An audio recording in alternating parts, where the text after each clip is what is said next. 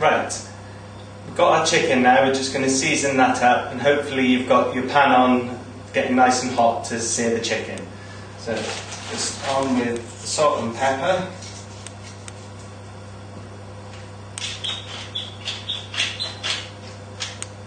Pat it down.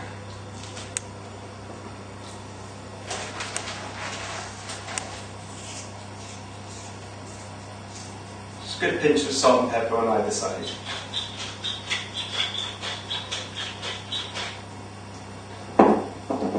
Right, now we're going to take this over to the hob and sear it off. So hopefully your pan's nice and smoking hot. So just a little swirl of oil, don't need much, and then in skin side down into the pan.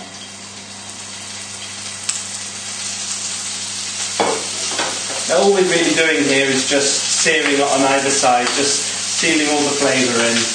So just 30 seconds on either side, that's all we need. I'm just going to go and wash my hands.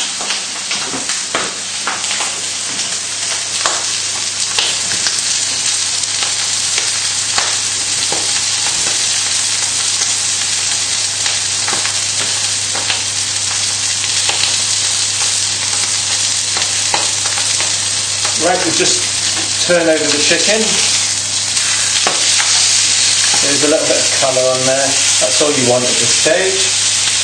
And again, just another 30 seconds and we'll pop them in the oven.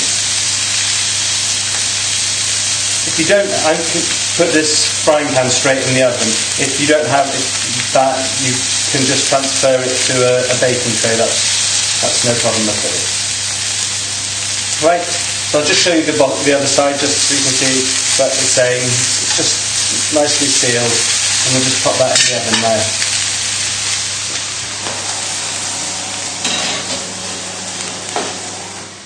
Right, just give my hands a wipe and then we'll get on with the balsamic glaze.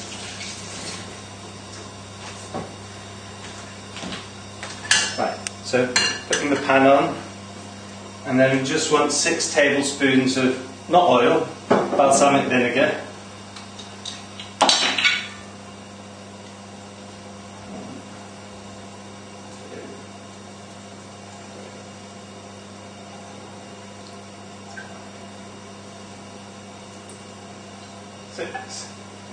Right, now all you want to do with this is just bring it up to the heat and just let it bubble. Really, really reduce down, and what you'll get is all the water will evaporate out from the balsamic vinegar and it'll go all syrupy. So just leave this to bubble for 2 or 3 minutes and then turn it off and come back in about 10 minutes and everything will be done and we'll be ready to plate.